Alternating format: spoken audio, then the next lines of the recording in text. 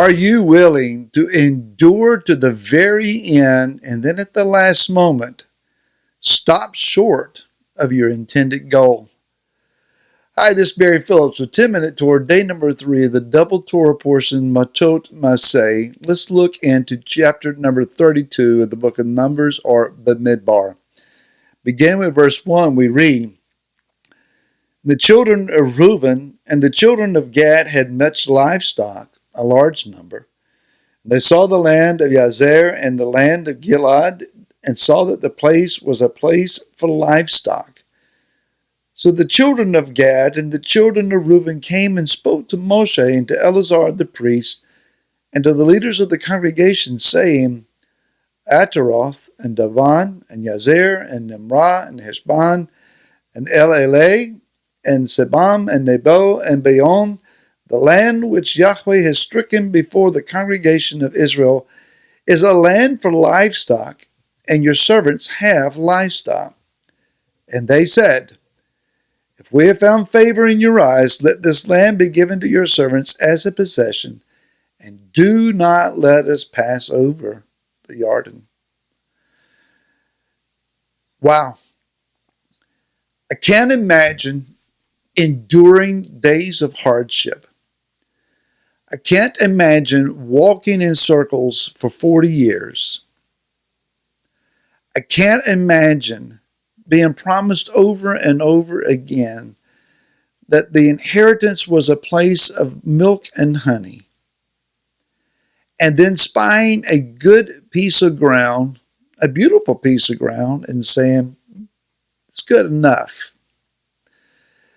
That idea, that ideal, that value system that says good enough, when it comes to the kingdom, that is as serpentine a lie as you are actually a God, and Elohim himself. He's holding out on you. Moshe says, how dare you? You're going to discourage your brothers from inheriting their land? You're going to stop short? Are you just going to sit here while the rest of your brethren have to go and fight? So the compromise was worked out that Gad and Reuben would join forces with their fellow tribal members, that they would see that they came into their own inheritance and then come back home. First, let us build sheep pens and corrals for our cattle, and then we'll build houses for our families, and then we'll come and we'll fight with you. Did they really intend on going over the Jordan and fighting for their fellow tribes? If Moshe hadn't said something to them, would they have just sat there? You and I are entering into what I think realistically now can be called the last days. We are hearing loudly, more loudly than before, the footsteps of Mashiach Yeshua. Certainly, the escalation of events that will lead to the coming of his kingdom are now upon us. It would be a tragedy. It would be a travesty. Let me put it this way. It would be sheer lunacy to look at the beauty of this present location of exile. For those of us that live in America, this is a gorgeous piece of land. We have here in Virginia everything from coastal shores to rolling hills to pasture lands to scenic mountain views, beautiful cities, lovely people. There's a lot to desire here in even just the state of Virginia. But it's not the inheritance. Whatever Virginia is to me and my previous generations, it's still exile. I cannot allow myself to become so fascinated and so passionate about where I am at the moment, at my present, to let go of my claim to the future.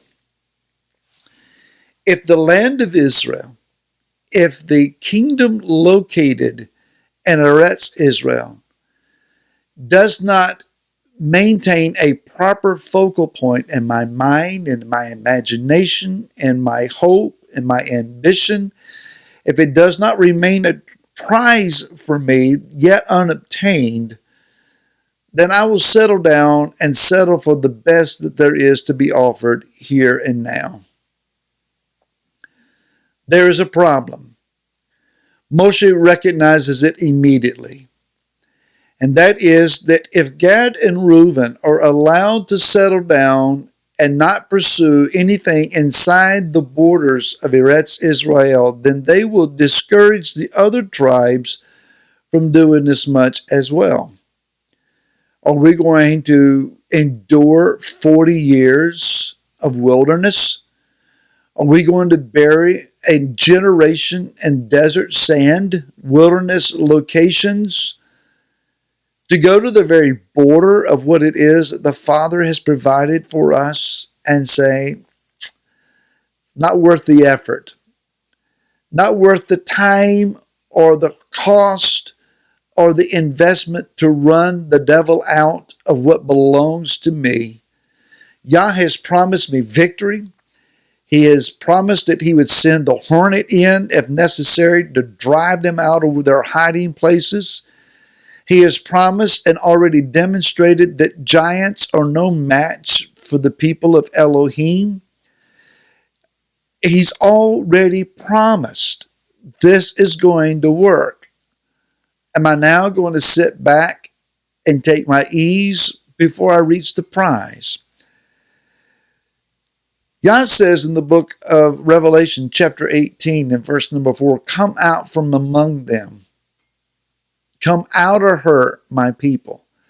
The Rav Shuli says, come out from among them and be you separate. Are we going to come out, or are we going to come out of her, the current world religious system, and then fail to separate ourselves with a whole heart? Are we stopping short? I've got every reason in the world to be in love with America, as do many of you. But America is not the inheritance. America is not our covenant promise. This is a stopping place. It's a lovely, wonderful stopping place. If we've got to be in exile, thank you, Father, for providing America as exile. But do you not see the walls are closing in on us? Do you not see that limitations are now being enforced upon us? And what we have been in love with is faded into the background, and something new is rising up and taking its place.